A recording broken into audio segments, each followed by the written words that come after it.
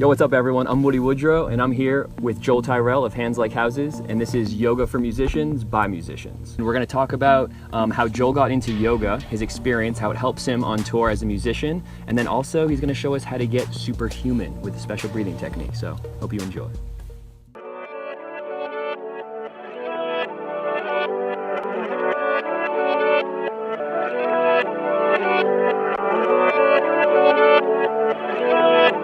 So Joel, when did you get introduced to yoga? Actually, funnily enough, I got introduced to yoga while I was in Africa. I want to say it was 2013. We just finished doing a tour over in the UK, Europe, and we had a bit of time off afterwards, and Coops' brother was actually living in Nairobi at the time. And so we kind of had planned a trip to go and stay with him for a couple of weeks after, and we were doing some work out on a safari out there with some elephants, and we had, I guess, one of Coops' brother's friends was a yoga teacher, and he used to come and run classes every Tuesday night, and we were there on a Tuesday, and they were like, oh, well, do you want to do this? And I guess coming from prior to music, I was very based on sports, and everything was kind of based around volleyball, and a lot of movement and a lot of training, and I guess the body was used to that. And I think ever since leaving that, I never really found that kind of place that made the body and mind feel good. And I remember doing this one yoga class in his house, and I just remember have these clear memories of this beautiful African man with his this very calming voice, with his deep inhales and his deep exhales, and that was kind of my first introduction to yoga, was over there. And I think that kind of, I guess, planted a seed, and from there it just kept building and kept moving forward, and I guess I've kind of been learning ever since. That is so epic. So for those people who don't know, you played Olympically in the volleyball spectrum. And so did you find that, so when you found yoga, did it make it more of almost like a flow state that you experience on the court now in your life, or how did those crisscross? Do you have any correlation there?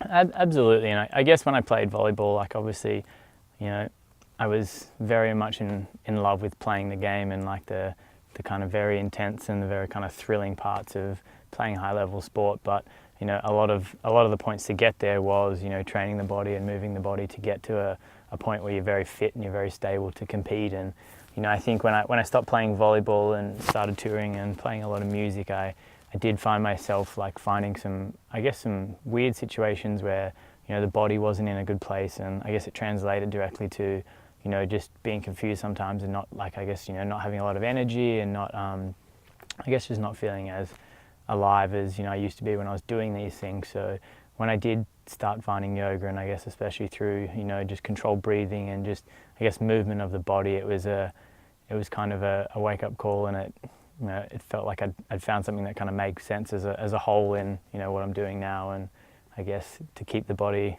feeling fresh and young. Yeah, for sure. Working as a whole, that's what's up. Yeah. So working as a whole, you play in a band called Hands Like Houses, and you are all near and dear to our hearts. We've toured together for many years at this point. Wondering, do you have any pre-show rituals that you'd like to share in regards to, could be yoga, it could be just how you mentally get ready to play, could be anything? I guess there is a couple. I mean, as a collective, we kind of have a bit of a group ritual before we go on stage, which kind of involves finding kind of a vibe for the day. And I guess it's kind of just before we go on stage, that's kind of the moment that we all can kind of look each other in the eye, put our hands in like a basketball team, and do a little chant, which I think helps us kind of be when we're doing that, we know it's time to go on and play, and I think we know that everyone's there and ready to do it. So that's always a nice ritual for us to go in, I guess, calm into a show as well, but also kind of pumped up into a show. Together. Yeah, we're going in as one team. So yeah. Ride the vibe, baby. Yeah, ride the vibe, absolutely. And for me personally, I guess, I think I don't have any specifically set routines that I'll always do before a show. Sometimes it could be some movement, some yoga, sometimes it could be some breathing, sometimes it could be nothing. And, at least most times I'll try and at least have some sort of visualization on, what could happen through the show, or what I could be looking forward to, or thinking about specific eye contact I want to be making with people, or things that I want to be focusing on for that show. So I'll always try and at least set some sort of little attention and try and visualize it before I go on as at least for myself, to kind of prepare to go on stage that day, because, you know, as you know, we do play a lot of shows, and some of these tours it's very easy to kind of, you know, get into cruise control and start rolling through the motions, and, you know, it's very easy to get 5-10 shows in and then start thinking, oh, like, I've just been sitting there kind of rolling through the motions. So it is nice to try and kind of set a little bit of a different intention for each show. Yeah, that's what's up, kind of real life a little bit. Not one set structure to the day. It's always a little bit different, right? It is. That's awesome. Have you found that in your practice of yoga, has it translated and helped in different ways, or in a specific way, your relationship to music? I think there's always, I think there's probably a lot of things that I can, you know, even off the top of my head, think about ways that it's helped. And, you know, looking back over the years, I think one thing yoga's obviously helped me a lot with is to be kind of very, very controlled and very, I guess, present in understanding what's happening around me. And I think it's kind of kicked a lot of like stress out of, you know, what I previously used to have. Like, I'm sure I could look back to shows playing 3 or 4 years ago, and something would go wrong, and I'd be running around the stage and like getting frantic and getting angry at someone or angry at myself, and doing this and being like, oh no, we're putting on a bad show. And, you know, I guess part of what I've learned through yoga and controlling the breath and controlling the mind is, you know, these days if something like that happens, it's a very different story. Like, obviously I don't like anything going wrong on stage, but it's a different approach to how I deal with it now. And I guess kind of everything, I like to think I'm a very calm and reasonable person, so I think it's helped me a lot in that way to always be quite level-headed and kind of controlled in a sense. That's awesome. Yeah, I can see that in you. I've only known you as a super chill human being, but I can only imagine yoga just supercharges the chill vibes. Yeah. Which is so awesome. So you have trained with Wim Hof, aka the Iceman, who has done things like, correct me if I'm wrong, but climb Everest in shorts, and goes in water that is freezing and keeps his core temperature, and also battles off different, diseases or bacteria? Immune diseases, just based on adrenaline that he produces. Can you talk a little bit about your experience with him and training with him? Was like, what was that like? Yeah, absolutely. I try and reflect on this kind of quite regularly, because it is, you know, probably up until this day, probably one of the most profound experiences I think I've had. And I guess a little bit of a background on Wim is, I guess he's kind of gained a lot of attention through, I guess, a certain practice that he's created, which is kind of quite a simple breath technique, but, you know, he uses that in correlation with a lot of, you know, cold water work and, you know, some kind of, I guess, moving meditation, a Tai Chi based meditation. And I saw a video of his a couple of years ago. It was a Vice documentary.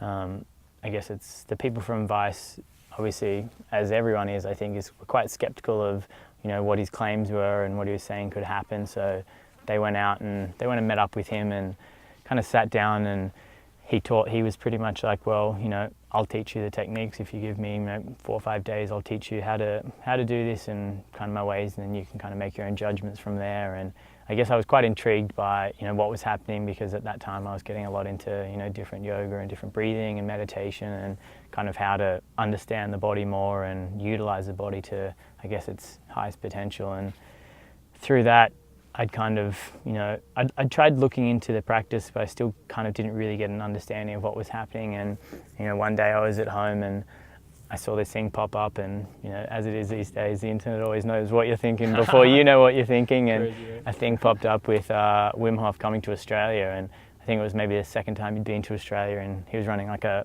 5-day retreat down in Victoria.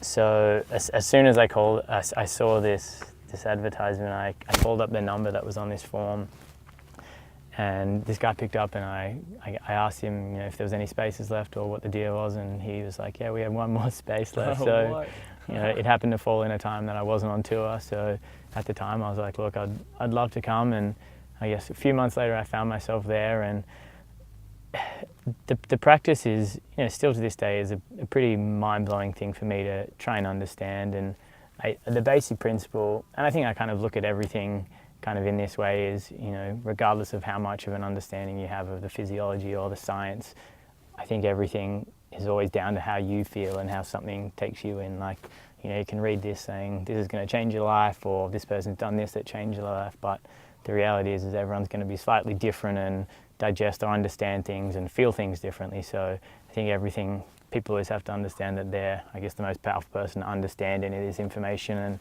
I think just have to be open to trying new things at the same time. So, yeah, we went out there and I guess I didn't really know what to expect from it. You know, I'd been reading a bit more about it and trying to understand a little bit more about how it worked, and kind of the first day he kind of just like rolled in and was like, all right, everyone, like sit down, and he just started guiding us through this breathing. And then, after maybe doing 30 or 40 breaths of these repetitions, it was kind of like, all right, now like breathe out. And I remember laying there for, probably maybe 2 to 2.5 minutes without breathing at all, and just having this very like strange kind of fuzzy feeling throughout the body. And like I felt like I could obviously still feel everything moving, even though I wasn't breathing. Like I could still feel the kind of systems doing their part and obviously keeping me alive, even though I wasn't specifically breathing at that time. And that was definitely a strange feeling to have, because subconsciously we're so used to breathing and constantly breathing. And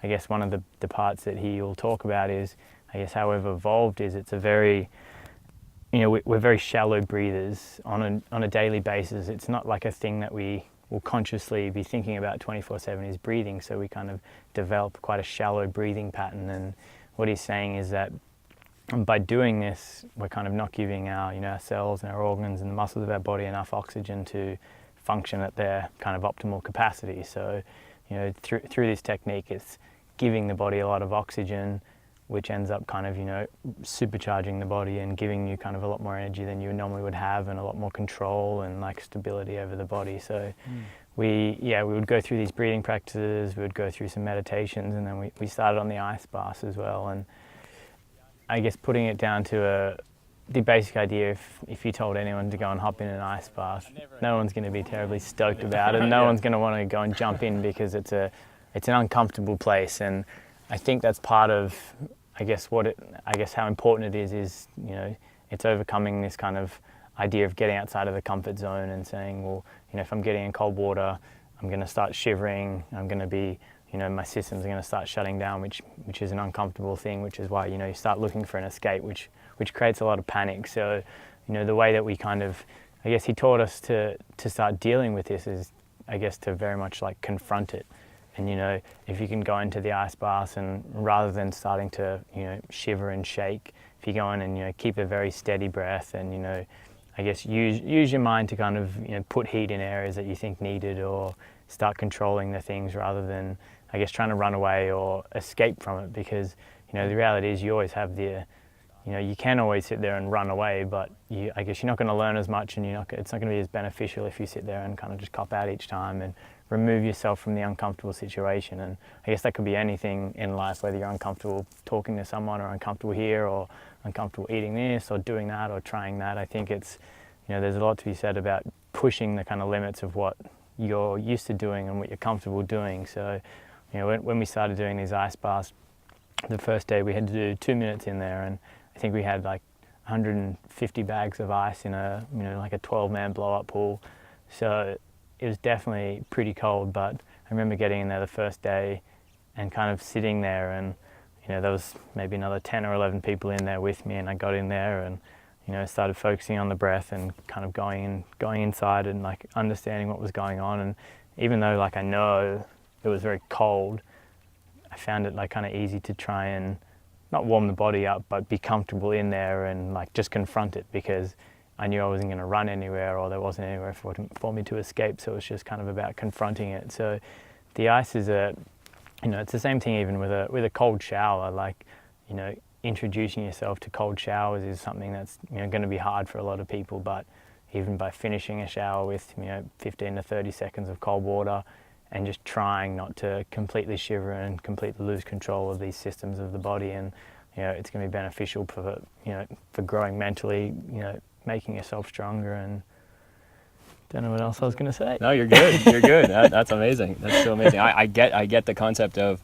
kind of sitting and feeling instead of running away from your feelings and your emotions and your thoughts and all that stuff, because when it comes down to it, they don't define us, but they are part of us, right? So acknowledging them allows us to step back, and then we can realize almost our power and our potential, and that tool that we use is the breath to realize that. So that's so amazing. That's like such an awesome experience. So is there any chance that you could give us a little taste about becoming superhuman, or a little snippet?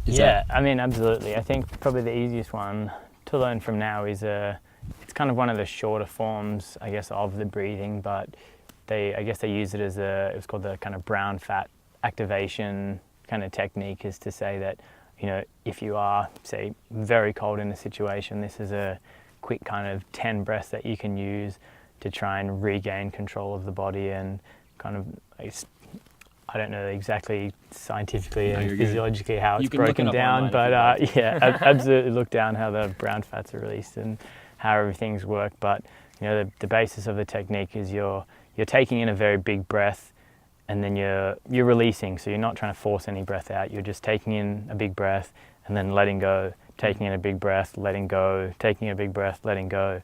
And so, you know, after 10 breaths, then they do what's called a squeeze. So you take a big inhale, and after you've held this, you know, very big breath in, you're kind of trying to tighten the core, tighten the back, and kind of mentally as well, like, you know, the brain and the neck, and try and force everything up to the brain to kind of, you know, flood the brain with all this new blood.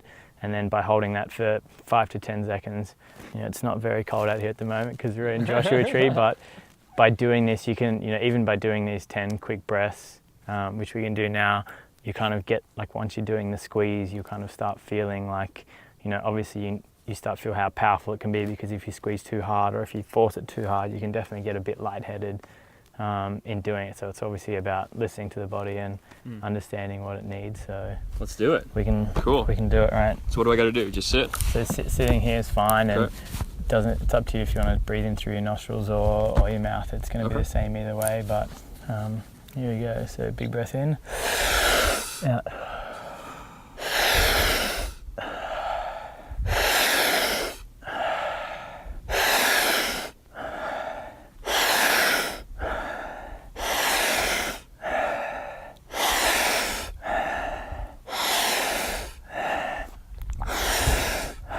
This last one, take a big inhale in and squeeze the chest, squeeze the back, and try and force everything up to the brain.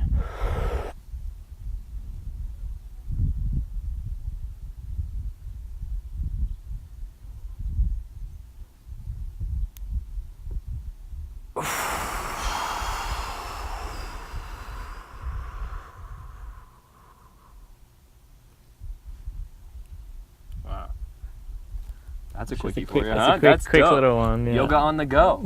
Becoming superhuman. That's what's up. Thank you, Joel. Appreciate that. And before we dip out, I was just wondering, for anyone that's looking to get into yoga and it seems maybe slightly out there or not accessible, what's one thing that you would say that you would recommend after practicing yoga for as long as you practice, that you would tell somebody who either wants to get into it or is just starting?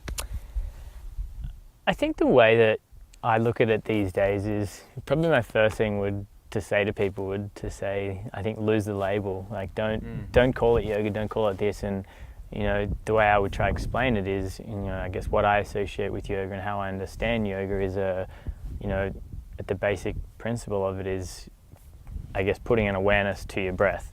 And, you know, by putting an awareness to your breath, it's, you know, it's going to slow your heart rate down. It's going to make you kind of more relaxed, and, you know, by moving. And I think I use the analogy a lot of, you know, if you're learning maths, the more that you learn, the more you read about it, the more you practice it, the more you understand it, like, obviously the better you'll get at understanding maths as a whole. And I think yoga is essentially, like, for the body. You know, we're using our body every day, and a lot of people are, you know, sitting at desks all day, or, you know, developing bad spinal positions and this, and, you know, by practicing yoga, all we're doing is kind of trying to awaken every little part in the body, and, you know, work and study it, you know, how this moves and different ways that this can go. And it's very much an exploration of how this body is working. And, you know, we only have one body, like, why not kind of spend the time trying to make it work a bit better or function a bit better, or, you know, by moving it, you know, it might release some back pain you've been having for a long time, or, even just make you feel a little bit more calm by doing it. And like I guess like we talked about earlier is a lot of people will have these wrong ideas of what yoga is, or yoga's for only people that can sit cross-legged in India and do these things. And I guess the baseline is it's accessible to anyone. Anyone can do it. It doesn't, I don't think people need to be able to run away and hide from it. Like, it's something that if you practice it and it makes you feel better, then obviously you probably continue doing it. If you practice it and if it doesn't align with you or it doesn't work with you, then that's fine too. But you're not going to learn that by not ever practicing anything or not kind of trying out something new and I guess stepping outside of that comfort zone. So I guess for people that will ask me about it or ask about these things, I think it's just practice it or learn, or even if they're like I don't know how a class should be run or how it should be run, like I think even that doesn't need to be a super important part of it. Like go and find some grass and pretend you're a monkey and see what happens with your body, and roll around on the ground and move into different positions and see if any of it feels nice. Like if you get to the end, you're like, oh, that's like a juicy spot that has been hurting for a while. Like, why not spend the time kind of moving into it and deepening the understanding that you have, I guess, of your body with your mind. So respect. Thank you, brother. Appreciate you. Again, here with Joel Tyrrell. If you don't know his band, check it out. It's Hands Like Houses, and they're awesome. So you should check them out. And I appreciate you for showing up and being here with me today, brother. It's awesome. Hope you're having a good rest of your day. Rock on and keep breathing. Peace.